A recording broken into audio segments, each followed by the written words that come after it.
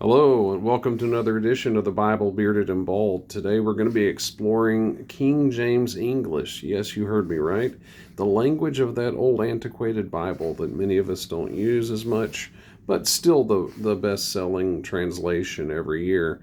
And I think it's important that we understand the English. For one reason is that might be the only Bible available to you, but for another reason is that the language structure that was used in the 1611 translation of the King James Bible is extremely useful for understanding the original language and the original structure of the Greek text.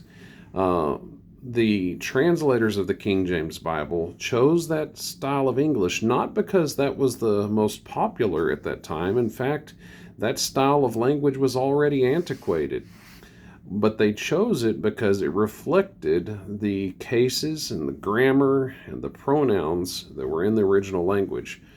For example, the pronouns are extremely consistent. And here's a general rule of thumb. If the pronoun begins with a Y, like ye, you, your, or yours, it's always plural, 100% of the time. If it begins with a T, thy, thine, thou, thyself, I almost forgot that one. It's 100% singular all the time.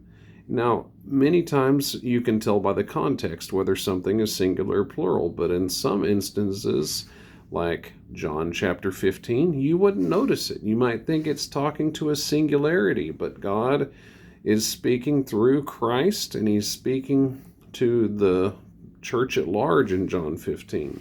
And there's many other situations in the Bible where it's good to know whether the pronoun is singular or plural. In modern English, you is plural or singular, but in King James English, you is always plural, 100% of the time. So that's a rule of thumb to go by when looking at King James English. Also, the endings are important. Have you noticed some of the verbs end in eth, like loveth? The wind bloweth where it listeth.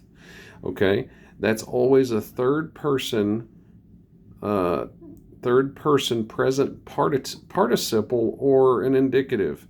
And what is special about the present is that has an ongoing aspect. It has an ongoing aspect. It's not just a one-time punctiliar event.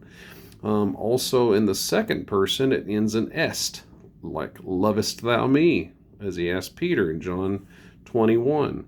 So you can always know what tense, what person it is speaking in by the verb ending.